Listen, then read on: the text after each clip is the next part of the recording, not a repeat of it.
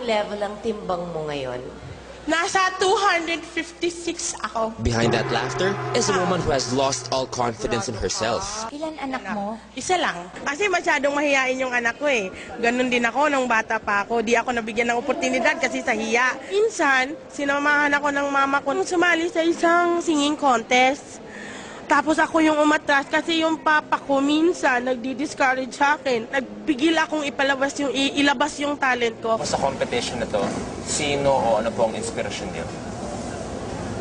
Ayun. Papa ko. Yung sa akin lang, makakanta lang ako, may palabas ko yung talent ko, yun. Yun lang talaga ang pinaka ambisyon ko sa buhay. Yung makatungtong na isang stage, yung maraming tao na malaman nila na may talent ako, yun. Ma, eto nga pala anak mo, kung sakasakaling mapasok ako, dapat mong mapakinggan to. Kailangan palang ilabas, di kailangan itago. Ano bang talent mo? Singing. Go, Josephine. Thank you. Have you ever reached your rainbow's end? Did you find your pot of gold? Ever catch the shooting star? And tell me how high did you soar? Ever felt like you were dreaming just to find that you're awake? And the magic that surrounds you could lift you up and guide you on your way. I can see it in the stars across the sky. Dreams 100,000 dreams before, now I'm finally realize. You see, I'm waiting all my life for this moment to arrive. And finally,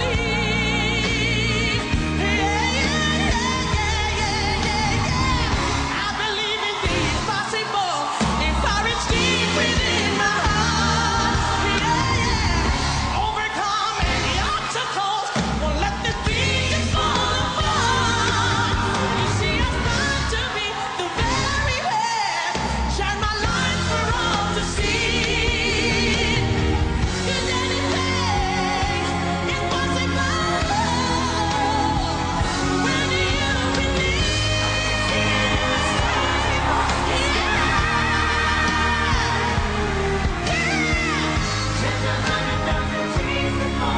Now I finally realize. You see, I'm waiting all my life for this moment to arrive. And finally,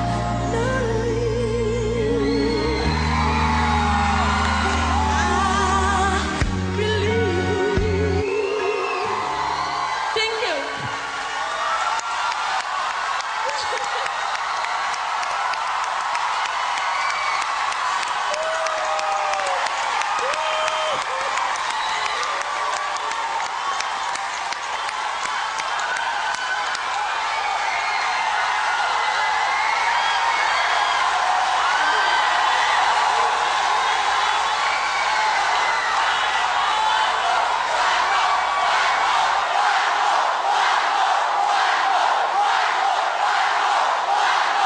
You have proven to your father that you could really sing.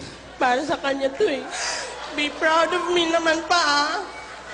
Na-disappoint ko man sila noon sa pangarap nilang maging singer ako. Gusto ko talagang i-win yung heart ng magulang ko. Anak ko pala nun. Kasabay ko yan sa pag-audition ko.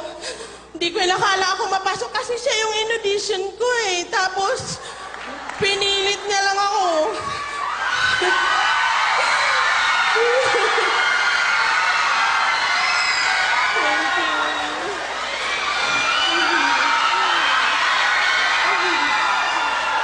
Ako ang boses niya pang-international. Thank you. Huwag na natin patagalin ang boto ko. Yes! Ako, so much yes. Yes na yes. Thank you po. See you sa next round, Josephine. Thank you talaga. Thank you. Congratulations! Finally, Josephine believes. Ang linis kumanta.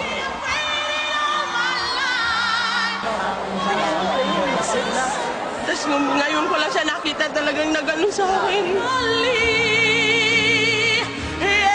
Unang pagkakataon ko nakita ang papa ko nagtutang sa akin. And she makes us believe